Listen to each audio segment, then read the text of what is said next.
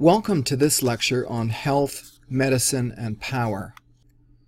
Our overall focus here is to put health and medicine within the context of power. Who has the power to define health and illness, and how does the practice of medicine fit into that picture? We'll start by learning about the origins of the biomedical model of health and illness that is dominant in industrialized societies. We'll also cover two concepts that are integral to that model: professionalization and medicalization. As little as over 250 years ago, no one had a monopoly over the treatment of illness or injury. Various forms of healthcare existed beside one another, and none of them were regulated by any governing body. A lot of different types of people called themselves healers. This image shows the practice of bloodletting, which was either done by incision or with leeches. Physicians did exist and had some social status, but not necessarily because they were any more effective at making people better. One theory that was popular in Europe maintained that the human body contained 4 humors, or fluids, which could become unbalanced and thus cause illness. There was no reliable knowledge of what caused the spread of diseases, but instead there were a lot of unfounded theories. As scientific thinking gradually soaked into Western societies, medical breakthroughs followed. The most important of these was what we now call germ theory, the identification of the role of bacteria and viruses in disease outbreaks. Here we see Louis Pasteur inoculating a man with the rabies virus, an early use of vaccines to prevent disease. Over time, scientific medicine came to a position of prominence in the diagnosis and treatment of illness. This was partly due to the fact that it was able to demonstrate positive results, but also because of how proponents of scientific medicine were able to consolidate their power and authority in the societies where they practiced. You might say that doctors succeeded partly because they were able to corner the market on healthcare. One of the terms that sociologists use to describe the phenomenon by which physicians created for themselves a virtual monopoly over the field of health and illness is professionalization. The history of medicine in Canada provides a good example of this. The founding of the Canadian Medical Association in 1867 marks the beginnings of the professionalization of medicine in Canada.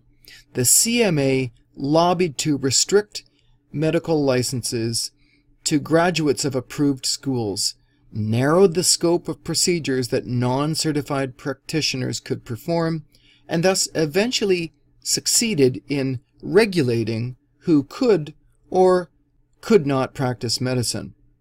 Here we need to remember that their monopolization of medical practice was not solely based on the beneficial effects of scientific medicine.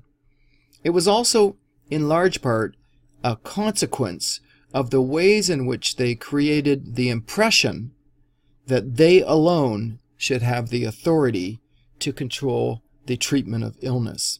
In fact, in some areas of practice, such as childbirth, traditional practitioners, such as midwives, had much better success rates than did medical doctors initially. If professionalization consolidated power and authority in the hands of doctors, it also had far-reaching consequences in terms of how our conception of health and illness shifted. With the professionalization of medicine came a biomedical model of disease, within which the causes of behaviors, illnesses, and other conditions are rooted in things going wrong with the human body, rather than the result of social determinants such as poverty, one's ethnicity, or lack of access to clean water. In other words, the biomedical model focuses on the individual rather than the social environment in which that individual either remains healthy or gets sick. Hence the question marks on this infographic.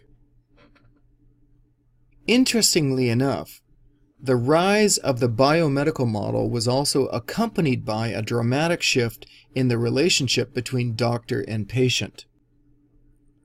The early physicians wrote extensive case histories about their patients and listened carefully to patients' own descriptions of and feelings about their conditions.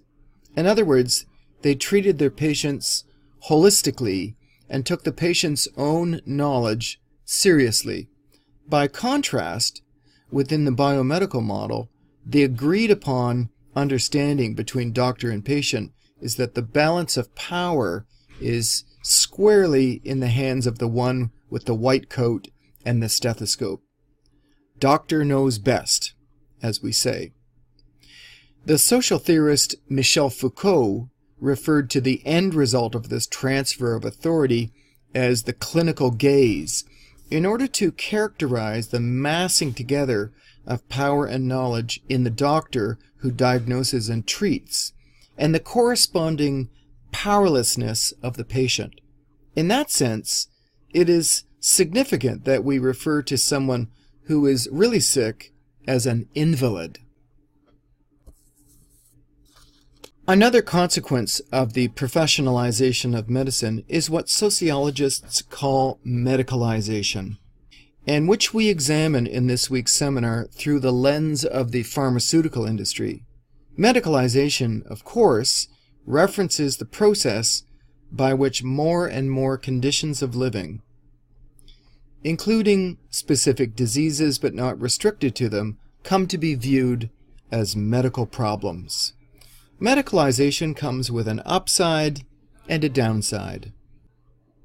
On the upside, the evidence is clear that medicalization has brought health benefits to many individuals who previously suffered from undiagnosed maladies. Our success in diminishing the destructive impacts of many infectious diseases is proof positive. On the downside, many sociologists are only too aware that medicalization essentially pathologizes many conditions and life processes, transforming them from normal consequences of being alive to conditions requiring treatment. One example is the medicalization of many aspects of male aging, from baldness to erectile dysfunction to so-called male menopause. Another very important example historically is the medicalization of virtually all aspects of pregnancy and childbirth. Because medicalization often proceeds from shifting social values rather than emerging scientific evidence, we can also chart instances of demedicalization in which certain conditions or behaviors stop being categorized as medical conditions. The example par excellence is that of homosexuality, which was dropped from the Diagnostic and Statistical Manual as a mental disorder only in 1974. On the left here, you can see how homosexuality was categorized when it first appeared in the DSM in 1952. On the right is the note that accompanied its exit from the DSM. Thanks for listening in to this lecture.